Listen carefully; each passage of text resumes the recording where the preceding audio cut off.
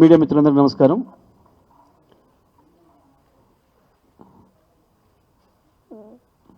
భారత రాష్ట్ర సమితి రజతోత్సవ ఉత్సవాల్ని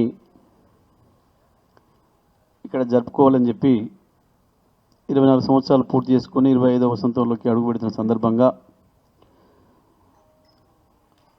ఒక పెద్ద ఎత్తున సభ జరిపి బీఆర్ఎస్ పార్టీ యొక్క ఆవశ్యకతను తెలియజెప్పే విధంగా బహిరంగ సభను ఏర్పాటు చేసుకోవాలని చెప్పి పెద్దలు కేసీఆర్ గారి నిర్ణయం మేరకు ఇక్కడ ఈ బహిరంగ సభ వేదిక గ్రౌండ్ ఏర్పాట్లను కూడా చేయడం జరుగుతూ ఉంది వరంగల్ హన్మకొండ జిల్లాలో. సో ఇక్కడ మాకు సంబంధించి సూర్యాపేట, నల్గొండ, యాదాద్రి, భువనగిరి జిల్లాలకు సంబంధించి మేమేమే రూట్లలో వస్తాము, మాకు పార్కింగ్లు ఎక్కడెక్కడ ఎట్లా ఏర్పాటు చేయబడి ఉన్నాయి, మేము ఎక్కడి నుంచి ఎక్కడికి ఎట్లా చేరుకోవాలనే విషయంలో ఈరోజు మేము రూట్స్ చూసుకుంటూ వచ్చి సభా ప్రాంగణాన్ని కూడా వచ్చి ఇవన్నీ చూసి వెళ్ళి మా దగ్గర నుంచి వచ్చే శ్రేణులకు ఒక డైరెక్షన్ ఇవ్వాలి కాబట్టి ఇవాళ మేము ఆ కార్యక్రమం మీద ఇక్కడ రావడం జరిగింది. సో ఇవాళ సభకు సంబంధించి చూసినప్పుడు పార్టీగా మా రజతోత్సవ సభ నిర్వహించుకుంటున్నాం. కానీ ప్రజలు మాత్రం పెద్ద ఎత్తున ఈ సంవత్సరంన్నర కాలంలో కాంగ్రెస్ ప్రభుత్వం వచ్చిన తర్వాత చేసిన నిర్వాహకం వల్ల నష్టపోతున్న ప్రజలు, దెబ్బతిన్న వాళ్ళకు కేసీఆర్ హయాంలో వచ్చిన వాటిని కోల్పోయిన వాళ్ళు, అన్ని వర్గాల ప్రజలు కూడా ఈ సభకు రావాలని చెప్పి ఉత్సాహాన్ని కనబరుస్తూ ఉన్నారు. ఒక ప్రజాగ్రహం గ్రామాలలో ఉన్నది ఏదైతే ఉందో అది స్పష్టంగా మనకు కనబడుతుంది. మేము కూడా సభకు వెళ్ళాలి, కేసీఆర్ సభకు వెళ్ళాలి, కేసీఆర్ని చూడాలి, కేసీఆర్ మాటలు వినాలి అని చెప్పి ఉత్సాహంతో కనబడుతున్నారు. ఏదైతే ఈ కాంగ్రెస్ పార్టీ అలవిగాని హామీలు ఇచ్చి రైతాంగాన్ని, ప్రజల్ని మోసం చేసి తమ వైపు తిప్పుకొని ఓట్లు వేయించుకొని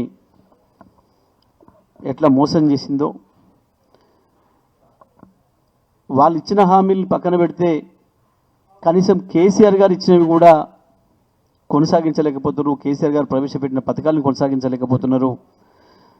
కేసీఆర్ ఏర్పాటు చేసిపోయిన సౌకర్యాలను కూడా ప్రజలకు అందించలేకపోతున్నారు. దీని విషయంలో ప్రభుత్వం యొక్క వైఫల్యం స్పష్టంగా కనబడుతుంది. ఇంత చేతగాని ప్రభుత్వం, ఇంత దద్దమ్మ ప్రభుత్వం, మేము దీన్ని ఎట్లా ఎన్నుకున్నామో అని చెప్పి ఓట్లేసిన ప్రజలు కూడా బాధపడుతున్నారు. వారందరూ కూడా మేము ఓట్లేసి చేసిన పొరపాటును సరి చేసుకోవాలి, చేసిన తప్పుకు ప్రక్షాళన చేసుకోవాలంటే తప్పకుండా ఎలకతుర్తి సభకు పోవాలి, అక్కడ మట్టిని తాకాలి, అక్కడ కేసీఆర్ గారిని చూడాలి, కేసీఆర్ మాటలు వినాలి అని చెప్పి వారందరూ కూడా సిద్ధపడుతున్నారు.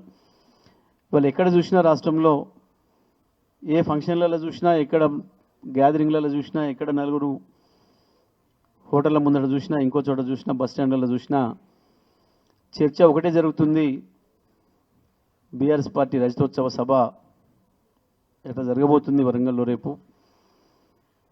కేసీఆర్ గారు ఏం చెప్పబోతున్నారనే విషయంలోనే ప్రజల్లో బాగా చర్చ జరుగుతుంది.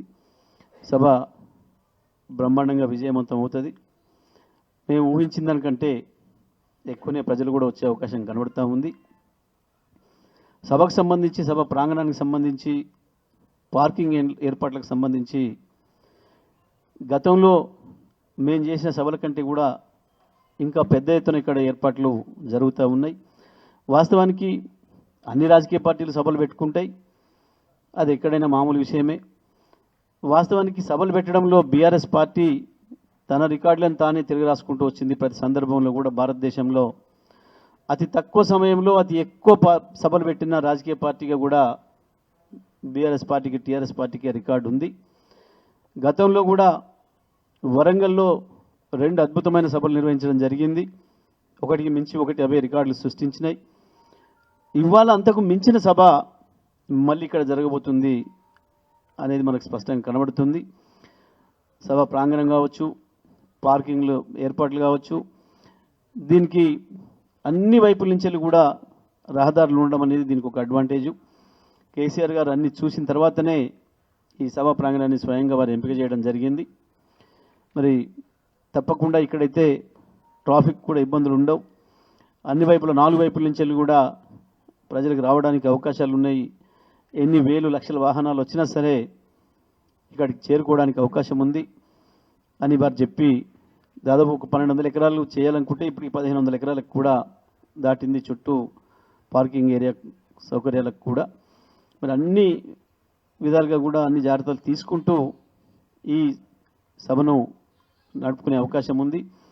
ఈ సభకు సంబంధించి వచ్చే జనానికి సంబంధించి కూడా 2 కనబడుతున్నాయి. గతంలోనేమో తెలంగాణ ఉద్యమ సందర్భంలో తెలంగాణ రావాలి అన్న కసి కనపడేది, తెలంగాణ కొరకు కొట్టాడాలన్న కసి కనపడేది.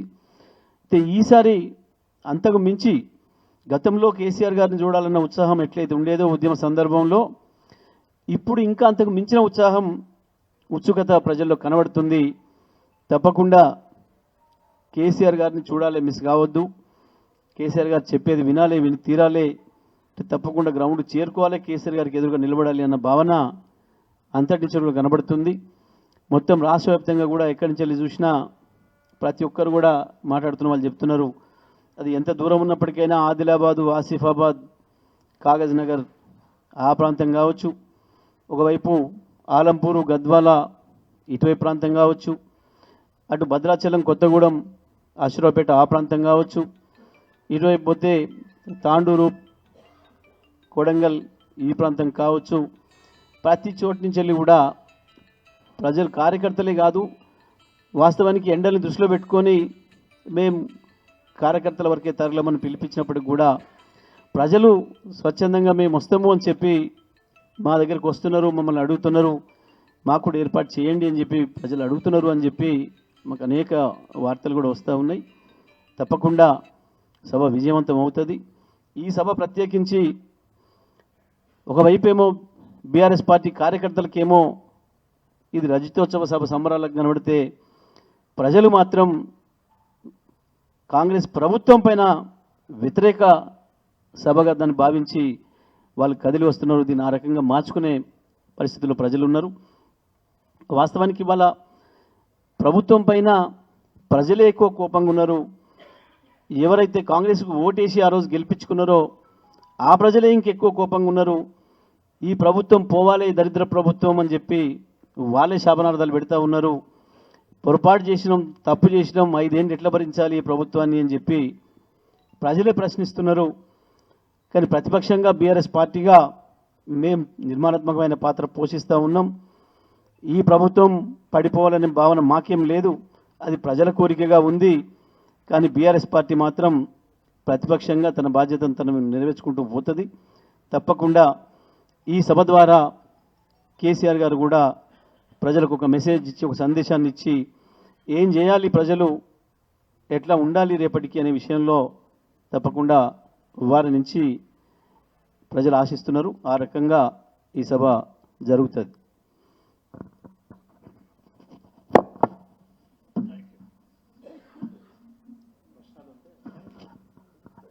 ఓకే, రైట్, ధన్యవాదాలు.